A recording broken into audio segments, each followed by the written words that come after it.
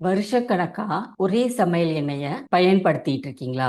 ஒரே வகையான சமையல் எண்ணெய், ஒரே பிராண்ட் நீங்க யூஸ் பண்ணிட்டு இருக்கீங்கன்னா, நீங்க அவசியம் உங்க சமையல் எண்ணெய மாத்தணும். சமையல் எண்ணெய சுழற்சி முறையில பயன்படுத்துறதோட நன்மைகள் என்னன்னு இந்த வீடியோல நம்ம பார்க்கலாம். இந்த மாற்றம் ஏன் அவசியம்னா 4 முக்கிய காரணங்கள் இருக்கு. முதல்ல, சமச்சீர் ஊட்டச்சத்து. ஒவ்வொரு எண்ணெயிலயும் ஒரு ஸ்பெஷல் சத்து இருக்கும். உதாரணமா, கடுகு எண்ணெயில ஒமேகா 3 அதிகமா இருக்கு. சூரியகாந்தி எண்ணெயில ஒமேகா 6 அதிகமா இருக்கு. இதை மாத்தி மாத்தி பயன்படுத்தும் போது நமக்கு எல்லா சத்துக்களும் முழுமையா கிடைக்கும். புகைநிலை. எல்லா எண்ணெயும் ஒரே வெப்பத்துல சூடுபடுத்த முடியாது. முறையற்று நம்ம சூடு பண்ணோம்னா எண்ணெய் நச்சா மாறிடும். இதே ஆரோக்கியத்துக்கு தேவையான mono unsaturated fatty acid, poly unsaturated fatty acid எல்லாமே சரி விகிதத்துல நம்ம பெறணும்னா அதுக்கு எண்ணெய் சுழற்சி முறை ரொம்ப உதவியா இருக்கும்.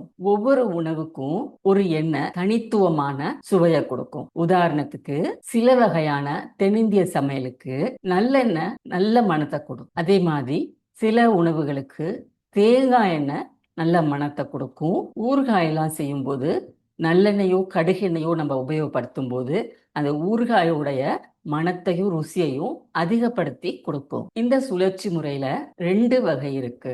முதல்ல, மாதம் மாதம் நம்மளுடைய எண்ணெய மாத்துறது. அதாவது இந்த மாசம் நீங்க சூரியகாந்தி எண்ணெய் வாங்குனீங்கன்னா அடுத்த மாசம் தவிடு எண்ணெய் வாங்குங்க. அதே மாதிரி ஆழ்ந்து பொரிக்கிற உணவுகளுக்கு நீங்க சூரியகாந்தி எண்ணெயோ கடலெண்ணெயோ உபயோகப்படுத்துறீங்கன்னா தாளிக்கிறதுக்கு, தோசை ஊத்துறதுக்கு, வறுக்கிறதுக்கு எல்லாம் நல்லெண்ணெய உபயோகப்படுத்துங்க. எந்த எண்ணெய் எந்த சமையலுக்கு பெஸ்ட் அப்படின்னு பார்க்கலாம்.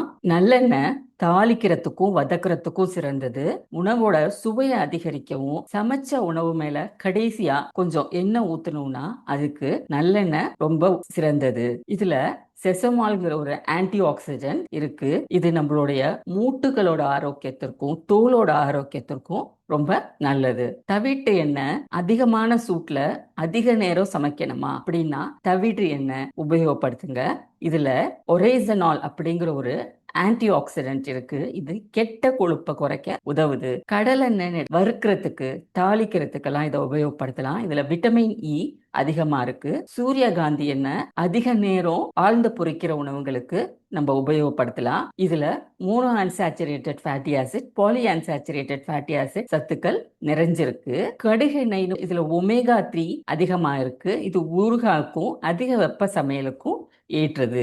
ஆலிவ் எண்ணெய நம்ம சூடுபடுத்த கூடாது. அதனால சாலட் மற்றும் குறைந்த வெப்ப சமையலுக்கு பயன்படுத்துங்க. தேங்காய் எண்ணெய ரொம்ப குறைவாக தான் பயன்படுத்தணும். பேக் பண்றதுக்கு சில வகையான தென்னிந்திய சமையலுக்கு தேங்காய் எண்ணெய உபயோகப்படுத்தலாம். இதய ஆரோக்கியத்தை நீங்க பாதுகாக்கணும்னா இந்த எண்ணெய் சுழற்சி முறைய பின்பற்றுங்க. பொரிச்ச எண்ணெய திரும்ப திரும்ப பயன்படுத்துறது நம்ம ஆரோக்கியத்திற்கு ரொம்ப கெடுதலை தரும். ஆரோக்கியமா இருக்கிறவங்க ஒரு நாளைக்கு 15 20 ml எண்ணெய பயன்படுத்தணும். அதுவே ஒரு வாரம்னு எடுத்துக்கிட்டா 105 120 ml நம்ம பயன்படுத்தணும். ஒரு மாதம்னு எடுத்துக்கிட்டோம்னா 500 600 ml தான் ஆரோக்கியமா இருக்கிறவங்க பயன்படுத்தணும்.